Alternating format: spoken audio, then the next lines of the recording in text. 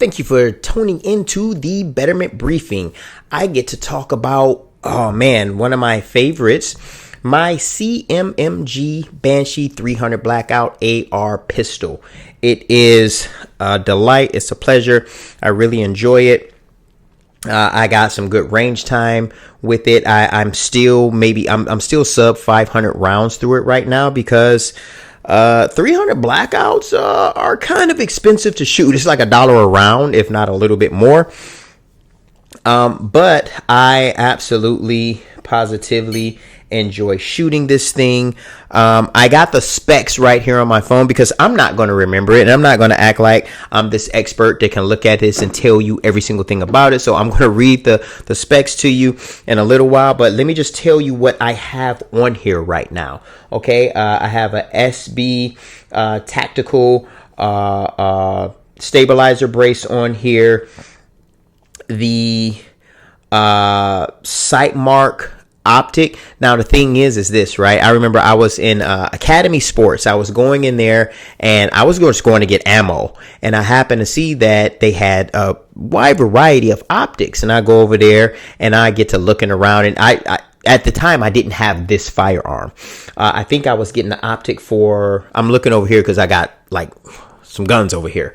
I was looking for an optic for my SIG 516, 5.56 NATO round. And they had this sight mark, and the guy that was behind the counter was telling me, hey, these are great optics. And I believe that the optic was like 149. And I'm like, oh, it's 149. It probably can't be good.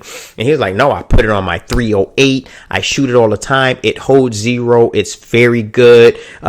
Big sight picture window, good for target acquisition and everything. So I said, okay, I'll try it out. I end up getting one for my SIG 516.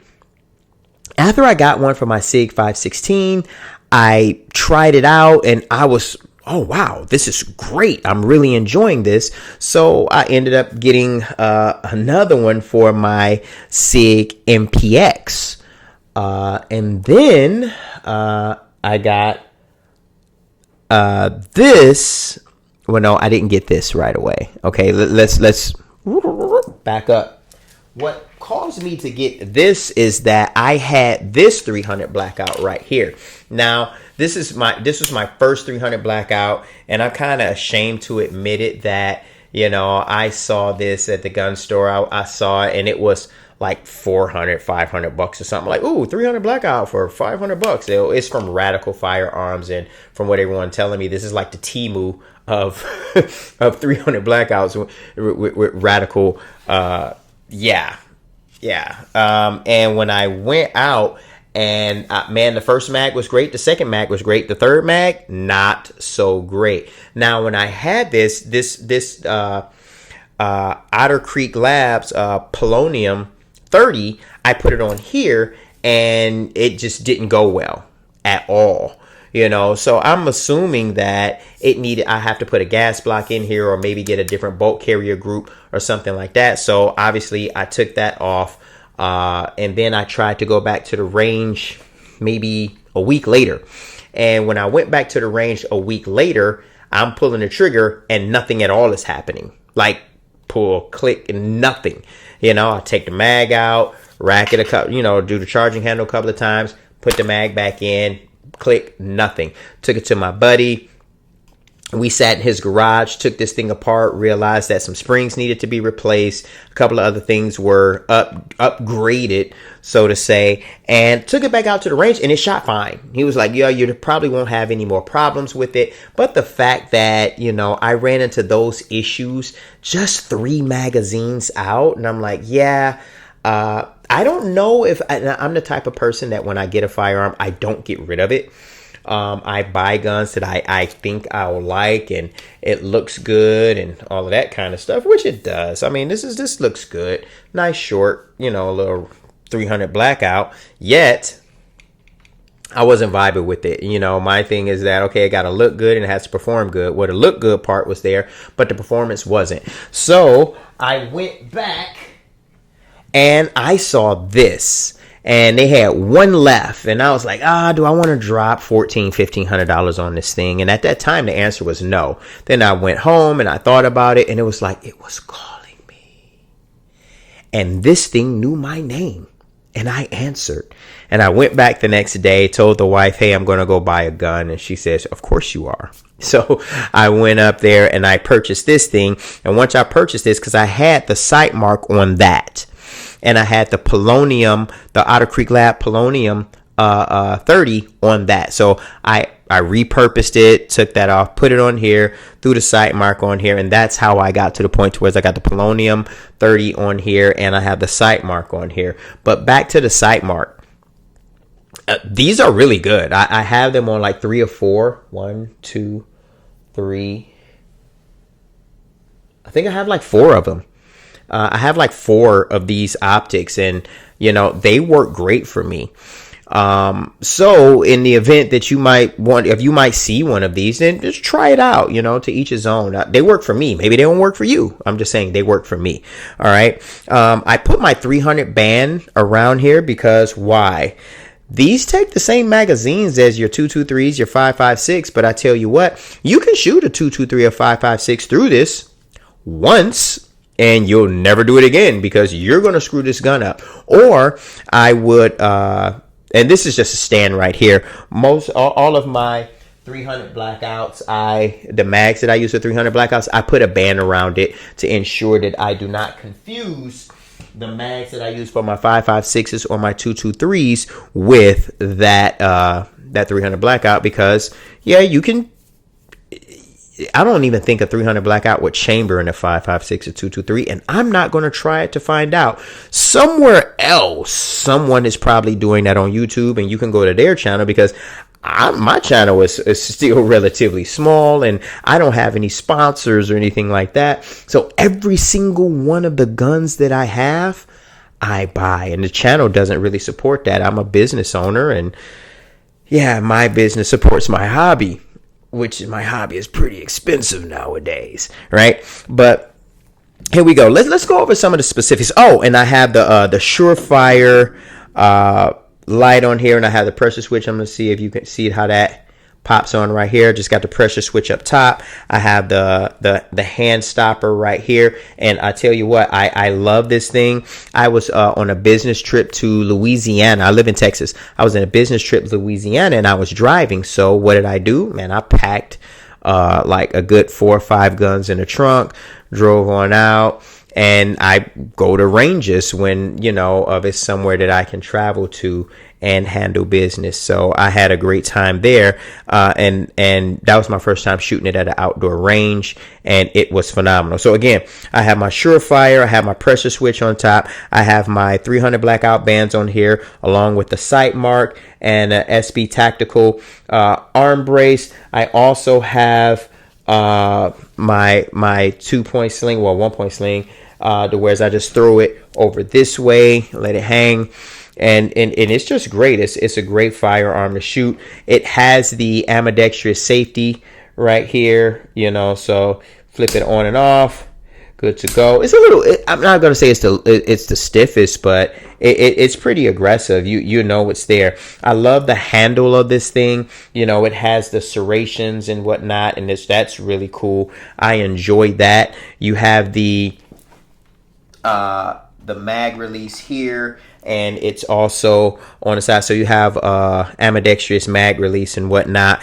which is really, really cool as well. All right, so let's get into the specifics before I show you what it's like on the range, because I did have a great time firing this on the range, and I didn't shoot a whole lot because I probably put like maybe 200 rounds through this, 250, 300 rounds.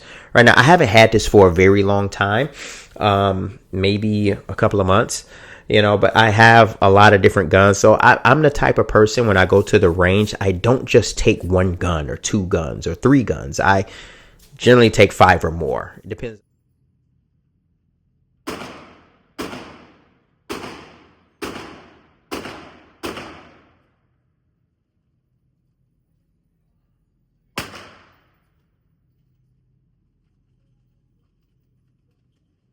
How much time, because I'll go to the range and I'm out there for like 4 or 5 hours, and I usually put 1,000 rounds down range, and I'll do that with various different firearms, whether I'm shooting 9mm, 223, 5.56, 300 Blackout. A lot of times I'll burn through 1,000 rounds of 9mm because I predominantly have 9mm.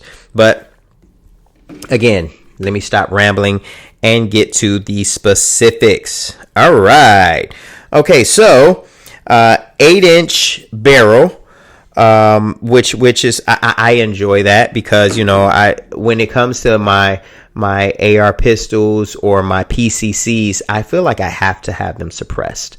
Okay, now the 300 Blackout was made to be suppressed, so I don't think it's any point in having a 300 Blackout if you're not going to suppress it. Now with this one, I think I will ultimately suppress this. Who knows? Maybe that might be my task for next week, is going to look for a suppressor. I don't know if I want to do an Otter Creek Lab with this one, though. I might. Who knows? I mean, the Otter Creek Lab Polonium works great with this 300 Blackout. So there's a possibility I might just get another one and pop it on there. When I find a suppressor that I like, I generally stick with that because I know what I like, and I don't want to have buyer's remorse with getting something and then having to go back like I should have got what I know works. Okay, so again, 8-inch barrel. The operating system is a direct impingement. Now the overall length of this is 23.7, 23.8 different. People say different things, but that's from the end of the buffer tube all the way to the barrel. But this Otter Creek Lab, let me measure this though. I want to make sure, I'll be right back. I want to make sure that I measure this because I don't want to give you any misconceptions here. All right, so the Otter Creek Lab, just like I thought, 6 inches, right? So even with the Polonium 30, the Otter Creek Lab Polonium 30, it's still under 30 inches. All right, so 23, let's just say 23.8 inches, along with the Polonium on here gives me 29 inches, and actually from tip to from that is 28 and a half. Oh yeah, because the suppressor kind of takes up some of the barrel. So 28 and a half inches total. That is not bad at all. It shoots pretty flat.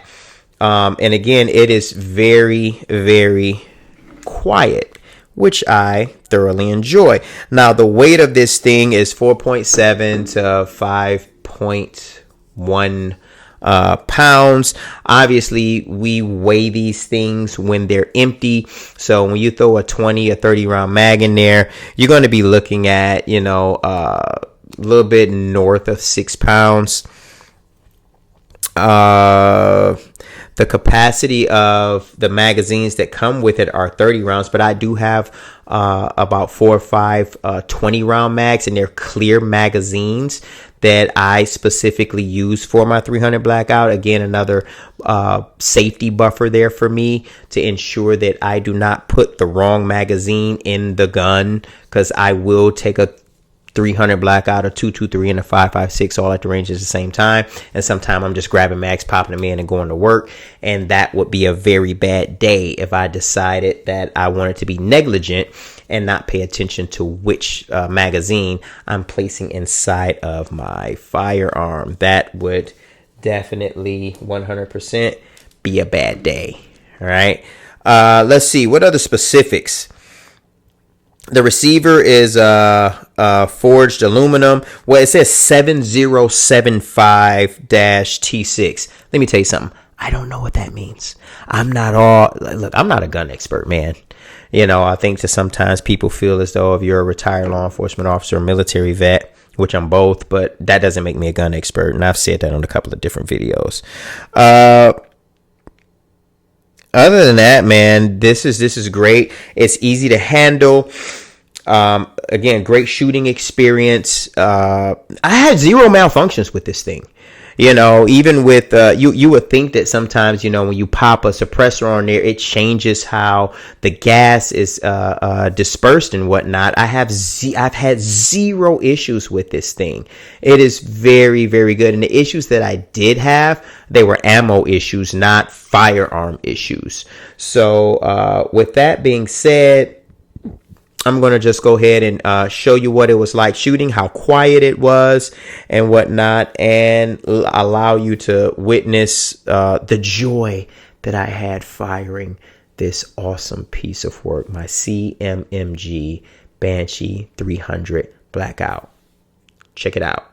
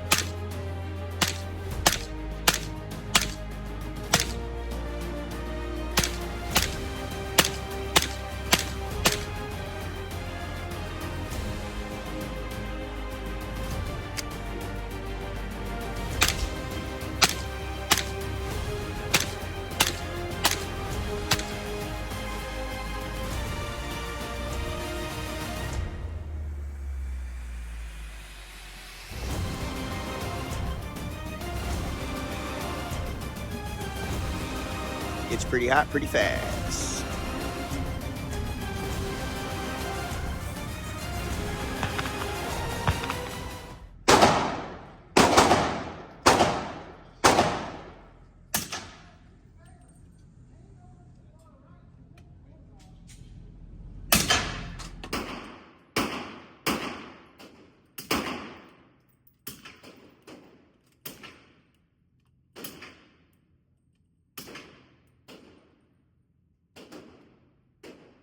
All right, so you see how quiet it was, right? I know you noticed I kind of was getting a little bit of kickback, and I knew I wasn't leaning into it, and I didn't shoulder it exactly where I should have been shouldering it, and also I wasn't utilizing my grip the way, you know, I would typically do so. So how I would typically shoot, let's get that off of here. How I would typically shoot is hand around here, right at the stop, and I'm here, but I was C-clamping it a little bit, which gave me a little bit more. I didn't do my recoil. My recoil management wasn't all that great, but normally this is where we are. I'll give a little bit of, you know, just a little bit there, and go from here. Right now, let's talk about the trigger pull, because the trigger pull is pretty cool on this. Okay, I'm not all that great when it comes to doing this thing, so let's see where we're at. I already charged it, but we got to do this safety check here. See, nothing's there. We're safe here. Now let's put that back there, and let's see what the trigger pull is, because I typically screw this up most of the time. All right, let's check it out. I don't want to mess with my Johnny Walker over here. You know, I got to make sure my Johnny Walker is safe there. All right, let's go. 3.96. Let's try that again. Let's see. 4.12. This would lead me to believe that it's a 4-pound trigger. And I didn't even look up that stat. You know, I didn't look that up to find out what the trigger pull was. But if I'm at 3.96 and then 4.12, leads me to believe this is a 4-pound trigger. Okay. And sometimes I don't get it just right. And every now and then, depends on where you position your trigger gauge at, you're going to get a different reading. Okay, so that's why you do it 2 or 3 times. I remember I was doing one video, man, I had to do it like 5 times, right? But, you know, I do love the charging handle. It's very exaggerated. It's ambidextrous. So, I mean, that makes it very, very easy to work with as well. But overall, I would give this a major 2 thumbs up. It is a beauty. Definitely not cheaply made. 100% not cheaply made. So if you're in the market for a 300 blackout, I'm not the 300 blackout expert or anything like that, but I can tell you what, this is a nice one. I only have a couple, so I'm not going to sit up here and tell you a list of 10 and which is the best out of 10, because I don't have 10. I have 2.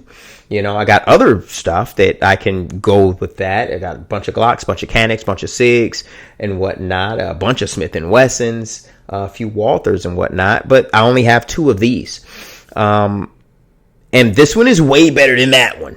Okay, and I know we're it's like a $1,000 difference in price. So yeah, you know, you would think that there's going to be a higher degree of quality there. But I love this thing. Everyone that I've talked to that has purchased one or knows anything about these, they love them as well. And I'm just co-signing with that in which I've heard, and also giving you my true estimation or my true opinion on my experience with firing this sexy firearm.